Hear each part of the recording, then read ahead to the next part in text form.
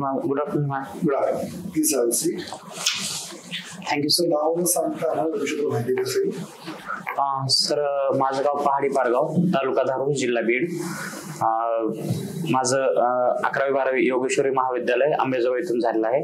Engineering Walchand college of engineering Sangli इथून झालेलं आहे. सर माझे पॅरेंट्स म्हणजे आई शेती करते आणि मला छंद झाडे लावणे आणि स्वयंपाक करणे असा आहे. स्वयंपाक करणे. हो. काय स्वयंपाक करतो? सर मी महाराष्ट्रीयन थाळी बनवतो, म्हणजे जे भाजी, भेंडीची भाजी असेल, बटाट्याची भाजी, वांग्याचं भरीत, चपाती, भाकरी, हे सर्व प्रकारचं येतं. म्हणजे कशाची भाकरी बनवतात आपल्याला? सर मला ज्वारीची भाकरी, बाजरीची भाकरी बनवता येते. आणि आपण महाराष्ट्रीयन लोक कुठल्या कुठल्या प्रकारची भाकरी बनवू शकतो? सर कोकण विभागात ना, जर समजा मराठवाड्यात बघितलं तर बीड असेल किंवा जालना असेल, इथं बाजरीची भाकरी खाल्ली जाते. सोलापूर एरियात ज्वारी ची भाकरी बनवतात आणि कोकणात रागी म्हणजे रागीची भाकरी,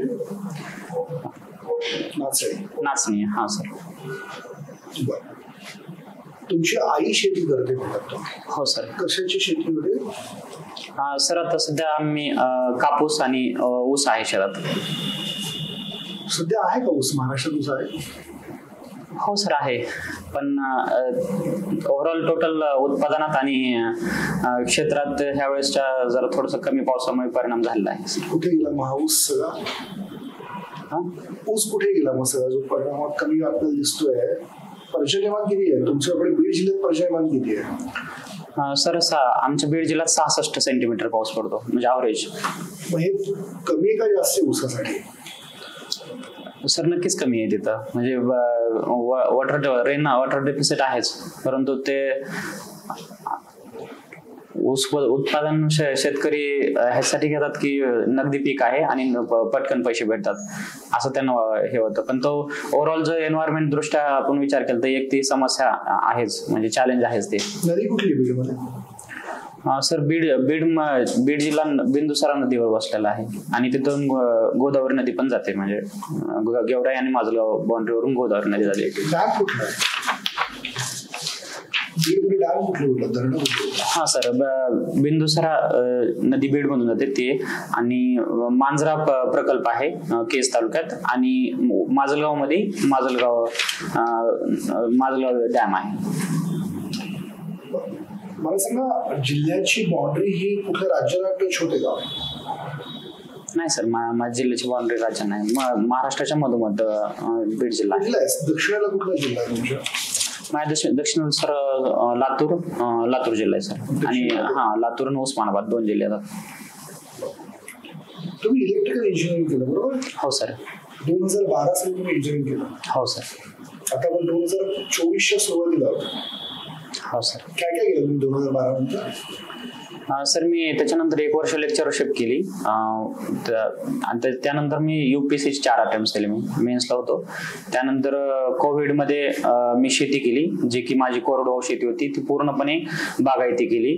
त्याच्यात भरपूर डेव्हलपमेंट केली, म्हणजे 1000 उत्पन्न ते आता लाखमध्ये आहे, म्हणजे लाखमध्ये.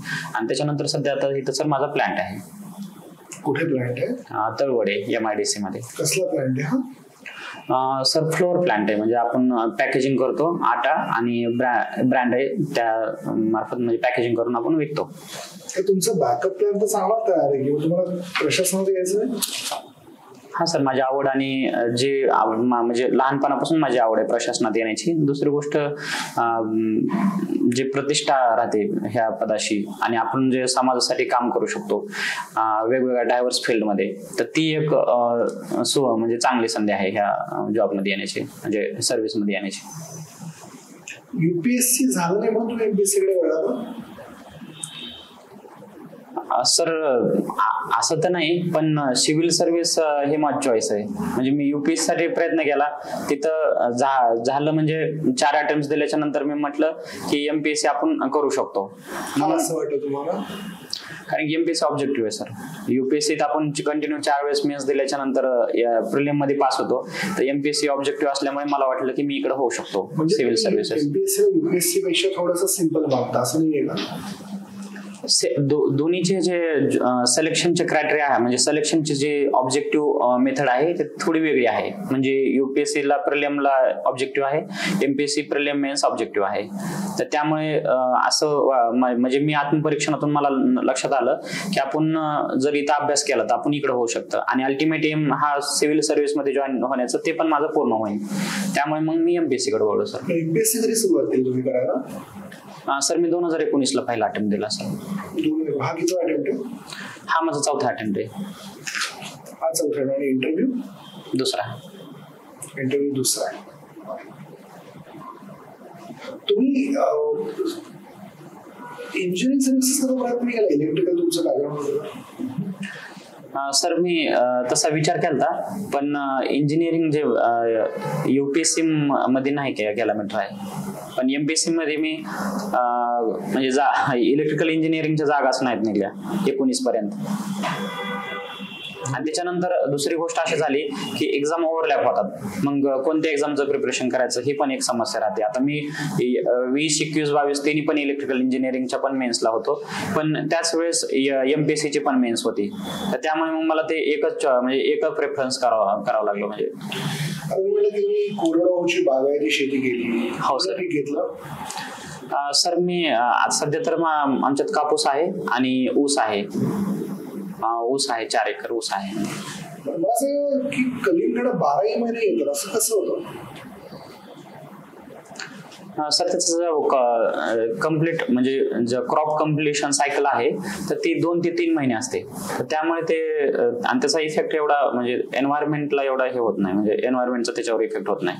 म्हणजे थंडी वगैरे ह्याचा म्हणजे थंडी असेल किंवा ऊन असेल याचा नाही. फक्त पाणी आणि जमीन जर भुसभुशीत असेल म्हणजे रेती टाईप थोडी तर ते नक्कीच पीक चांगलं येतं सर. ते तांदूळाला पिकायला किती वेळ लागतो? तांदळाला सर एक्झॅक्ट मला नाही सांगता येणार कारण की 8 ते 10 महिने लागतात. हमी भाव म्हणजे काय सर? हमी भाव म्हणजे आपण MSP म्हणतो त्याला. MSP हे नॅशनल लेवलला commission of agriculture and cost हे डिसाइड करतं आणि ते आपण 23 पिकाला देतो. हमी भावचा पर्पज हा असतो की शेतकऱ्यांना एक ॲश्युरिटी भेटावी त्या पिकाबद्दलच्या किमतीची आणि त्याच्याबद्दल हे होऊ नये म्हणजे मार्केटमध्ये होर्डिंग वगैरे होऊ नये. भारतात किती डॉलरची इकॉनॉमी असं वाटतं तुम्हाला? भारतात सर किती डॉलरची इकॉनॉमी होणार आपण आता भारत? हा सर आता रिसेंट आपले प्राईम मिनिस्टर माननीय निर्मला सीतारामन फायनान्स मिनिस्टरनं सांगितल्याप्रमाणे आपण $3.75 ट्रिलियन इकॉनॉमी आहोत. आणि किती इकॉनॉमी आपल्याला अचीव्ह करायची? सर आपलं पहिलं टार्गेट 2025 पर्यंत $5 ट्रिलियन इकॉनॉमी अचीव्ह करायची होती. पण आता ते टार्गेट रिवाइज करून आपण 2027 केलेलं आहे कोविडच्या सिच्युएशनमुळे वगैरे. तुम्हाला काय वाटतं की इकॉनॉमिकल डेफिसिट हा कधी येत असतो?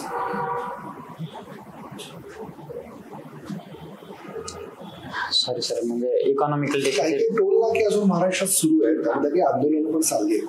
हे टोल नाके बंद करण्याबद्दल तुमचं काय म्हणणं? सर त्यात आपण ओव्हरऑल टोटल सर्वे केला पाहिजे की कोणते टोल नाके हे जे टार्गेटेड पिरियड आहे त्यांचा तर त्याच्या व्यतिरिक्त ते जास्त जर हे करत असतील रिकव्हरी करत असतील किंवा टोल घेत असतील तर नक्कीच ते प्रशासनाने त्याच्यावर हे कारवाई करायला पाहिजे. परंतु ज्यांनी रोड इन्फ्रास्ट्रक्चर मध्ये इन्व्हेस्ट केलेले आहे आणि टोल चालू आहे तर ते तर मला म्हणजे योग्यच वाटतं. परंतु जे ओव्हर टोल घेतात त्याच्याबद्दल प्रशासनाने नक्कीच हस्तक्षेप करण्यास हरकत नाही. कोविड नंतर महाराष्ट्राची ग्रोथ याबद्दल काय सांगाल? सॉरी सर कोविड नंतर महाराष्ट्राची ग्रोथ याबद्दल काय सांगाल तुम्ही? हा सर मला फक्त 5 सेकंद.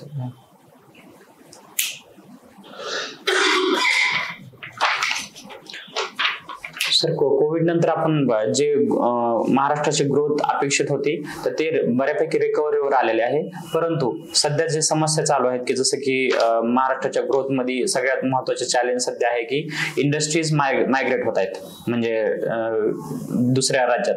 तर ते एक चॅलेंज आपल्याला कन्सिडर करावं लागेल. आणि त्याचबरोबर जे हे आहे रोजगार म्हणजे जे युपी बिहारचे जे हे होते युथ पॉप्युलेशन जे एम्प्लॉय होते तर ते जे रिटर्न किती आले किंवा किती त्याचा डिफिसिट आहे. कारण की बऱ्यापैकी इंडस्ट्रीज आहेत तर ते त्या एम्प्लॉयवर अवलंबून असतात. तर त्याचा एक प्रॉब्लेम आहे ह्याचा. त्यांच्यावरती का अवलंबून महाराष्ट्र लोकांवरती का नाही अवलंबून? सर ऍक्च्युली तर अपॉर्च्युनिटी जास्त आहेत तसं महाराष्ट्राच्या महाराष्ट्रातल्या लोकांवरती का नाही अवलंबून? युपी बिहार लोकांवरती का अवलंबून असं तुम्हाला विचारतो. तुम्ही जे म्हणला युपी बिहारचे किती लोक आले त्याच्यावरती गोष्टी अवलंबून तर युपी बिहारच्या लोकांवरतीच का अवलंबून? महाराष्ट्र लोकांवरती का नाही अवलंबून? सर तसं एक्झॅक्ट आपण हे त्यांच्यावरच अवलंबून किंवा महाराष्ट्रातल्याच लोकांवर अवलंबून नाही तर आपण दोन्ही पण जे हे आहेत म्हणजे पर्सन आहेत म्हणजे एम्प्लॉई तर त्यांच्यावर अवलंबून आहे. परंतु जे मॅन्युअल वर्कर्स असतात ते बऱ्यापैकी असं ऑब्झर्वेशन आहे की महाराष्ट्रात बाहेर परराज्यातून येतात. तर त्यामुळे इकॉनॉमिकल रिकव्हरी करण्यासाठी त्यांचा खूप महत्वाचा रोल राहतो. सर तुम्ही कुठल्या पदासाठी प्रयत्न करताय आता? सर मी माझा फर्स्ट चॉईस आहे deputy superintendent of police DYSP करता. आता बीडच्या कायदा आणि सुव्यवस्थेबद्दल काय सांगाल तुम्ही बीड जिल्ह्यातल्या? सर आता जे काही कालावधीपूर्वीच जे मराठा आरक्षण होतं तर त्यात एक हिंसक वळण बीड जिल्ह्यात लागलं. तर त्याच्या मागे जे हे आहे त्याची पार्श्वभूमी असं म्हणता येईल की एक अनएम्प्लॉयमेंट आणि पॉवर्टीमुळे मिसगायडेड तरुणांनी तशी कृती केलेली असेल. आरक्षणाचा जो मुद्दा आहे याला तुमचं किती समर्थन आहे? सर आरक्षण ही पॉझिटिव्ह डिस्क्रिमिनेशन आहे.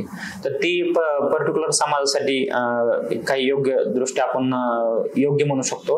परंतु त्याच्यात सर सुप्रीम कोर्टच्या जे गाईडलाईन्स आहेत किंवा त्यांनी जे जजमेंट दरवेळेस रिमाइंडर केलेलं आहे की आपण आरक्षण पॉलिसीबद्दल एकदा रिव्हिजिट करायला पाहिजे सर. कारण की त्याचा किती लोकांना फायदा होतो ती ट्रिकल डाऊन पद्धतीने खालपर्यंत ती पॉलिसीचं बेनिफिट पोहोचतात का नाहीत ह्या सगळ्या गोष्टीचं रिव्हॅल्युएशन व्हायला पाहिजे सर असं मला वाटतं. पुण्याचे पोलीस कमिशनर कोण?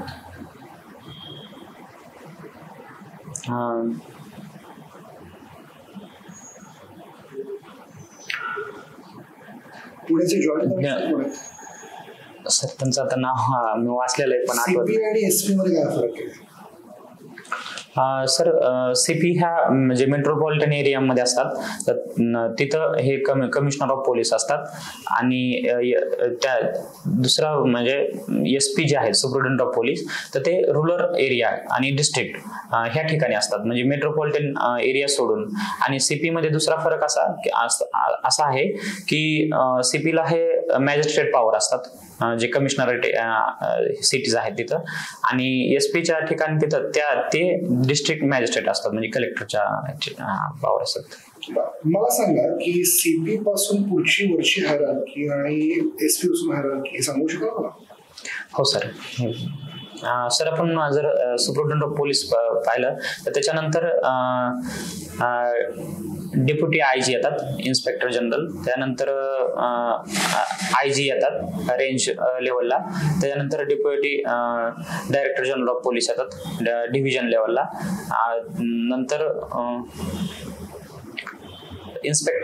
डेप्युटी इन्स्पेक्टर जनरल आणि त्याच्यानंतर ऍडिशनल DGP म्हणजे additional director general of police आणि director general of police.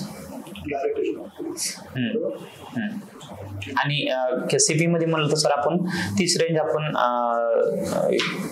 DIG आणि DIG IG आणि ऍडिशनल IG स्पेशल IG आणि DCP सॉरी ऍडिशनल DCP आणि deputy director general of police असं हे करू शकतो रेंज. हे महाराष्ट्रात मराठी पाट्या लावण्याचं जे चालू आहे याबद्दल तुमचं काय? सर ही जे हे आहे मराठी पाट्या लावणे तर ते एक भाषेबद्दल जे अस्मिता असते तर त्याचं प्रत्येक समजलं जातं आणि बऱ्यापैकी लोक मराठी भाषेत त्यांना वाचता लिहिता येतं तर त्यामुळे त्यांना समजण्यासाठी मराठी पाट्या असाव्यात हे योग्य आहे. परंतु त्याच्यात मला असं वाटतं की मराठीच पाटे कंपल्सरी ही डिसिजन जरा थोडंसं आपण त्यांचा एक जो अधिकार असतो फंडामेंटल राईट असतो व्यापाऱ्यांचा वगैरे तर त्याच्यावर आपण कुठेतरी एन्क्रोचमेंट करतो. त्याचबरोबर असं त्याचं सोल्युशन असं असायला हवं की मराठी पाटी बरोबर त्यांना इतर भाषेत लावायचं असेल तर लावू शकतात. टायर 1 सिटीज कुठल्या कुठल्या? सॉरी सर मला हिवाळी अधिवेशन नागपूरलाच का होतं? सर आपण हिवाळी अधिवेशन नागपूरला घेतो आणि का होतं नागपूरला? त्याचं कारण असं की जे नागपूर करार आपण 1953 ला केलेला आहे तर त्याच्यात असं प्रोव्हिजन आहेत की एक अधिवेशन तरी आपण ह्याला घ्यावं नागपूरला घ्यावं आणि बाकी इतर ठिकाणी घेऊ शकता असं. पण असं जर लॉजिकली आपण जर पाहिलं तर हिवाळ्यात म्हणजे इतर महाराष्ट्रात थंडी असते आणि तिथं जरा थोडंसं उष्ण वातावरण असतं त्यामुळे मग तिथं घ्यायचं जातं. धार्मिक स्थळ हो सर बीडमध्ये धार्मिक स्थळ म्हटले तर महाराष्ट्रात जे 5 ज्योतिर्लिंग आहेत तर त्यापैकी परळी वैजनाथ इथे एक ज्योतिर्लिंग आहे. त्याचबरोबर अर्धपीठ देवीचं अर्धपीठ योगेश्वरी आंबेजोगाई इथं आहे आणि पुरातन प्राचीन मंदिरात पैकी म्हटलं तर बीड इथे कंकालेश्वर मंदिर आहे. परळी वैजनाथ हे ज्योतिर्लिंगाबद्दल मारत नाही असं मी ऐकलं. काही जण म्हणतात की हे परळी वैजनाथ नाही तर ते झारखंडचं बैद्यनाथ आहे हे ज्योतिर्लिंग आहे त्याबद्दल काय सांगा? तसं सर ऍक्च्युली हे जे श्रद्धा आहे ते प्रत्येकाच्या मान्यावर आहे परंतु आपण महाराष्ट्रात परळी वैजनाथला ज्योतिर्लिंग मानतो सर. पोलीस डिपार्टमेंटसाठी सगळ्यात चॅलेंजिंग जॉब कुठला असतो? चॅलेंजिंग जॉब म्हणजे मॅडम पहिली गोष्ट आहे ना तर ते जे विटनेस असतात ते पहिल्यांदा आपल्याला कंप्लेंट करायला येतात तर ते कंप्लेंट केल्याच्या नंतर त्यांना समजा ते फॉर्म राहत नाहीत तर ते एक म्हणजे विटनेस हॉस्टिलिटी जे म्हणतो ते एक चॅलेंज आहे. दुसरं चॅलेंज असं की सध्या जे डायव्हर्सिटी ऑफ क्राईम व्हायला लागली तर ते एक पोलीस प्रशासनातलं दुसरं चॅलेंज आहे. म्हणजे क्राईमचं जे फायनान्शियल फ्रॉड्स असतील किंवा सायबर रिलेटेड क्राईम्स जे असतील वेगवेगळ्या प्रकारचे तर ते इन्व्हेस्टिगेशन करणे आणि त्याच्यावर काय कन्क्लुझिव्ह हे करणे फायनल स्टेज पर्यंत जाणे हे जरा थोडं चॅलेंज आहे पोलिसांसमोर सध्या. सॉरी मॅडम महाराष्ट्रातला कुठला जिल्हा तुम्हाला ऍज अ चॅलेंज म्हणून ऍक्सेप्ट करून तिथे डेव्हलपमेंट करायला आवडेल? म्हणजे मॅडम मला म्हणजे कोणत्या ह्याना पोस्टसाठी?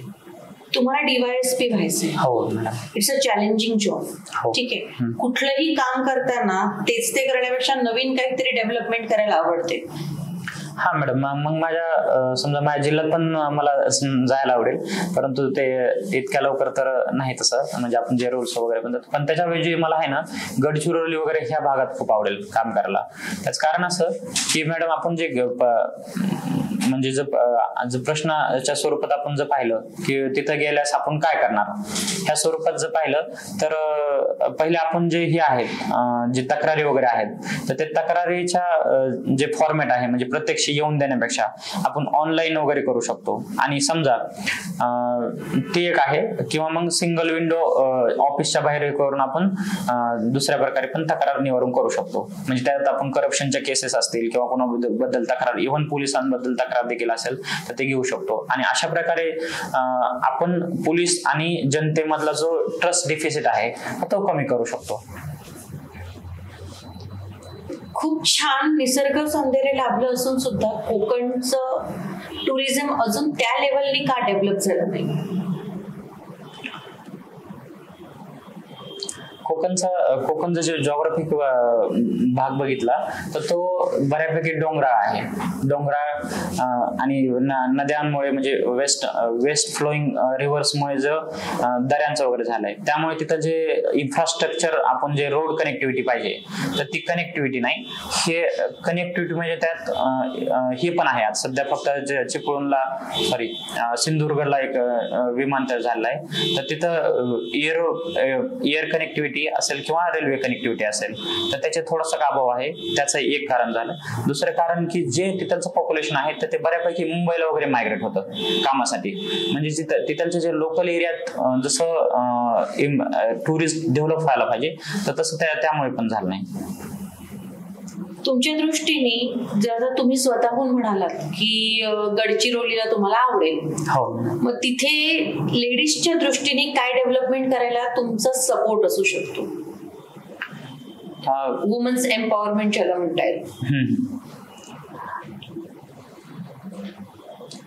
मॅडम, जर त्या दोन भाग, एक तर आपले कलिग वुमन्स असतील आणि दुसरे आपण ज्या क्षेत्रात असतो तर त्या आपल्या ज्युरिस्डिक्शन मध्ये महिला असतील.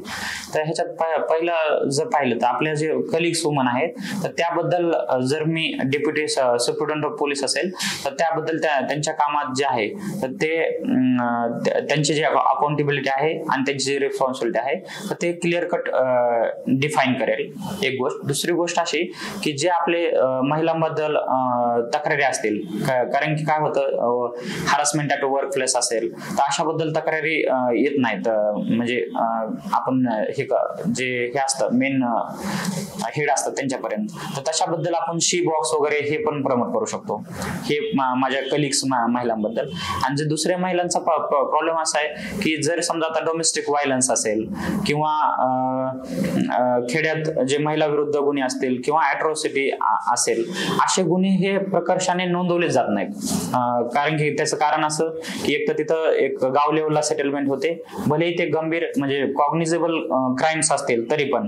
तर त्यामुळे मग मी काय करेल त्यांच्यासाठी तर फील्ड व्हिजिट म्हणजे ऍडमिनिस्ट्रेटिव्ह फील्ड व्हिजिट करून त्यांना अवेअर करेल. आणि त्याचबरोबर माझे जे तिथलचे लोकल कलिग्स आहेत म्हणजे जसे इन्स्पेक्टर असतील किंवा PSI असतील तर त्यांचं सहकार्य घेऊन मी मात्र प्रशासन म्हणजे मॅक्झिमम पोलीस प्रशासन हे जनतेपर्यंत नेण्याचा प्रयत्न करेन. त्यात महिला पण आल्या मॅडम. तुमच्या दृष्टीने पोलीस डिपार्टमेंट सारखं महत्वाचं डिपार्टमेंट जर आहे तर फिटनेस हा किती इम्पॉर्टंट आहे? तसं पाहिलं तर सर्वच म्हणजे डिपार्टमेंटला फिटनेस हे तेवढंच महत्वाचं आहे. पण पोलीस प्रशासनात ह्या एक आपण जर दृष्टिकोन असा असतो की ते पोलिसांनी फिट असावं आणि तंदुरुस्त असावं. तर त्याच्यात मला असं वाटतं की मॅक्झिमम रोल आहे आपल्या फिटनेसचा. आणि त्याच दृष्टीने आपण जर फिट राहिलो तर जनतेचे जे काम आहेत ते उत्साहाने आणि उत्स्फूर्तपणे करू शकतो. पण हा फिटनेस फक्त मूवीज मध्ये बघायला मिळतो, प्रत्यक्षात तसं नसतं. हा मॅडम, ते मी पण तुमच्या मताशी सहमत आहे त्या गोष्टीशी. मेंटल फिटनेस किती महत्वाचं? पोलीस प्रशासनात वर्कमुळे काय होतं तर म्हणजे डिप्रेशन असेल किंवा हे सुसायडल टेंडन्सी असेल, अशा पण कारण त्याचा परिणाम ओव्हरऑल पोलीस ऍडमिनिस्ट्रेशनवर होतो. तर त्यामुळे मेंटल फिटनेस हा खूप महत्वाचा मुद्दा आहे पोलीस प्रशासनात. तर त्यामुळे आपल्याला काय करावं लागेल, तिथं ते एक समउपदेशक असतील तर त्यांची नियुक्ती वगैरे करून त्यांचं मानसिक हे आहे आरोग्य ते जपावं लागेल. तुमच्या कलिग्स सबऑर्डिनेट करताना तुम्ही काय कराल त्यांचं मानसिक आरोग्य सांभाळण्याकरता? सर, इव्हन आपल्या फॅमिली पासून तर ते प्रशासनातल्या डिपार्टमेंट पर्यंत सगळ्यात महत्वाचं जर मानसिक आरोग्य व्यवस्थित ठेवायचं असेल तर ते कम्युनिकेशन. जो कम्युनिकेशन गॅप असतो, समजा मी सुप्रिटेंडेंट ऑफ पोलीस झालो, डेप्युटी सुप्रिटेंडेंट ऑफ पोलीस, तर माझ्याबद्दल असं म्हणजे की मी एक बॉस टाईप न राहता त्यांचा मित्र म्हणून ऑपरेट करेल. तर त्याचा फायदा की जर कम्युनिकेशन जर आपण व्यवस्थित ठेवलं तर त्याचा जे त्यांच्या समस्या आहेत तर ते उघडपणे सांगू शकतील आणि आपल्याला मग त्याच्याबद्दल सोल्युशन पण काढता येईल. एक दुसरी गोष्ट अशी की जे मेंटल जे प्रॉब्लेम असतात आपले म्हणजे हेल्थ रिलेटेड, तर ते आपण सांगण्यासच हे करतो, म्हणजे समोर येत नाही. आपल्याला वाटतं मेंटल प्रॉब्लेमच नाहीत, तर ते आपण मी त्याच्याबद्दल थोडी जागृती करेल. किंवा समजा जर मेंटल इश्यू असतील तर आपण ते डॉक्टरला कम्युनिकेट करायला किंवा डॉक्टरला दाखवायला काय हरकत नाही. तुम्ही लेक्चरशिप केली म्हणाला बरोबर? हो सर. काय शिकवलं तुम्ही? मी तिथं बेसिक इलेक्ट्रिकल इंजिनिअरिंग हा विषय शिकवायचो, त्याचबरोबर प्रॅक्टिकल घ्यायचो सेकंड इयर. कसं वाटलं तुम्हाला शिकवताना? सर शिकवण्याचा खूप छान एक्सपिरियन्स होता. आपण प्रेझेंटेशन स्किल पण डेव्हलप करू शकतो आणि कम्युनिकेशन पण करू शकतो, आणि त्याचबरोबर समोरच्याला आपल्या कम्युनिकेशन मध्ये काय कळालं किंवा त्याला कशी अंडरस्टँडिंग झाले ह्याचा पण आपल्याला अभ्यास करता येतो. पोलीस दलामध्ये काय शिकायला आवडेल तुम्हाला सगळ्या लोकांना? जे तुमच्या बरोबर काम करते सहकारी, त्यांना काय शिकायला तुम्हाला आवडेल? सर मला पहिल्यांदा सर्वात महत्वाचा मुद्दा म्हणजे पोलीस प्रशासनातलं जे दरार आहे जनतेमध्ये, म्हणजे त्यांच्याबद्दलची जी भीती आहे तर ते दूर करण्यासाठी तुम्ही काय प्रयत्न केले पाहिजेत हे शिकवायला त्यांना आवडेल. आणि दुसरी गोष्ट सर की आपलं प्रामाणिक म्हणजे जे पोलिसांची इमेज आहे की पोलीस पैसे घेतल्याशिवाय काम करत नाहीत किंवा पॉलिटिकल कनेक्शन लावल्याशिवाय काम करत नाहीत, तर ती इमेज आपण कशी दुरुस्त करायला पाहिजे आपली, तर त्याबद्दल मला शिकवायला खूप आवडेल सर. तुम्हाला काय वाटतं की हे जे मूवीज येतात, ज्या मूवीज मध्ये बरेच जण हे पोलीस क्षेत्रामध्ये वर्दी घालून त्यांचे काही मूवीज केले जातात, लोकांना IPS वगैरे इथे बॅचवर दाखवला जातो, हे नवीन पिढी करता चांगलं का नाहीये? हे त्याला मोटिवेशन होतं का नाही होत? काय वाटतं तुम्हाला? हा सर, ऍक्च्युली जे मूवीचा जो परिणाम असतो तो युथवर म्हणजे यंग जनरेशनवर नक्कीच होतो सर. पण तो त्याच्यात जे रावडी इमेज दाखवलेली असते पोलिसांची, तर ते प्रत्यक्षात तशी इमेज आणि प्रत्यक्षात जे पोलीस ऑपरेशन आहे तर त्यात फरक आहे सर. कारण की जे आपण पिक्चर मध्ये जे इमेज बघतो तो एकदम असा बोल्ड किंवा कोणालाच कोऑपरेशन न करणारा, किंवा त्यात पॉलिटिशियनची इमेज निगेटिव्ह दाखवली जाते, मग हा हिरो त्याला हे करतो, तर अशा प्रकारचं इमेज तसे नाही. इथं समाजात असताना किंवा आपल्याला ज्यावेळेस पब्लिक सर्व्हिस करायची असते तर त्यावेळेस सर्वांचं कॉपरेशन महत्वाचं असतं. म्हणजे आपण प्रशासकीय आपल्या सिनियरचं पण कॉपरेशन पाहिजे असतं. जनतेबद्दल आपल्याला सेवा करायची असेल तर जनतेत पण आपलं विश्वासाची इमेज गेली पाहिजे. त्याचबरोबर जे आपले पॉलिटिकल बॉस असतात तर त्यांच्यासोबत पण आपण कॉपरेशन केलं पाहिजे. फक्त एवढंच की आपलं जो लिगल आणि इथिकल जे गोष्टी आहेत तर त्यांचे जे काही आपल्या मनात जे गायडन्स म्हणजे सेल्फ इन्स्टिट्यूशन पण त्यात येतं, तर ते धरून मात्र आपण तशी सेवा करायला पाहिजे. म्हणजे रावडी न करता आपण जे इथिकली, मोरली आणि लिगली करेक्ट आहे त्या डिसिजनना सेवा करायला पाहिजे.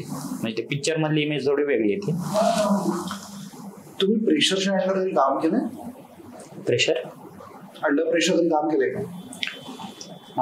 हो सर, मी ज्यावेळेस म्हणजे कॉलेज लेवलला ज्यावेळेस लेक्चर होतो त्यावेळेस मुलांचे पेपर काढणे आणि ते तपासणे ही एक गोष्ट केलेली आहे. त्याचबरोबर दुसरं जर पोलिसांचं जे प्रेशर असतं या प्रेशरच्या रिलेटेड तुमच्या कुठल्या प्रेशरवर तुम्ही काम केलंय का? त्यांना जेवढं प्रेशर असतं अशा संबंधित कुठलं प्रेशर जो तुमच्या आयुष्यातला अनुभव आहे असं काही आहे? सर मला तशा प्रेशरचा अनुभव नाही, फक्त स्वतः प्रेशर मध्ये काम केलेलं आहे. तुम्हाला असं वाटतं की तुमची जी स्किल सेट आहे त्याने तुम्ही ते प्रेशर हँडल करू शकाल? नक्कीच सर. संघटित कौशल्य म्हणजे काय? संघटित कौशल्य म्हणजे सर आपण सर्वांना सोबत घेऊन आपले जे ध्येय असतील, डिपार्टमेंटचे असेल किंवा स्वतःचे ध्येय असेल ते गाठणे. बॉस आणि लीडर मध्ये काय फरक आहे? बॉस आणि लीडर मध्ये काय फरक आहे? लीडर जर पाहिलं सर आपण तर ते सर्वांना सोबत घेऊन त्यांचे जे टार्गेटेड गोल्स असतात तर त्याच्याबद्दल अचीव्ह करण्यासाठी प्रयत्न करतात. बॉस साठी जे डिपार्टमेंटचं जे गोल आहे तर ते डिपार्टमेंटचं गोल त्यांना म्हणजे कंपल्सिव्ह नेचर नसेल किंवा व्हॉलंटरी नेचर असेल ते कम्प्लीट करण्याचा प्रयत्न करतात. तुम्ही स्वतःमध्ये कोणाला पाहता, बॉसला का लीडरला? सर ऍक्च्युअली दोन्ही जे गोष्टी आहेत तर ते पर्स्पेक्टिव्ह सिच्युएशनवर म्हणजे जे सिच्युएशन आहे त्याच्यावर डिपेंड आहे एक गोष्ट, आणि मला मॅक्झिमम लिडरशिपला महत्व द्यायला आवडेल. Okay, thank you.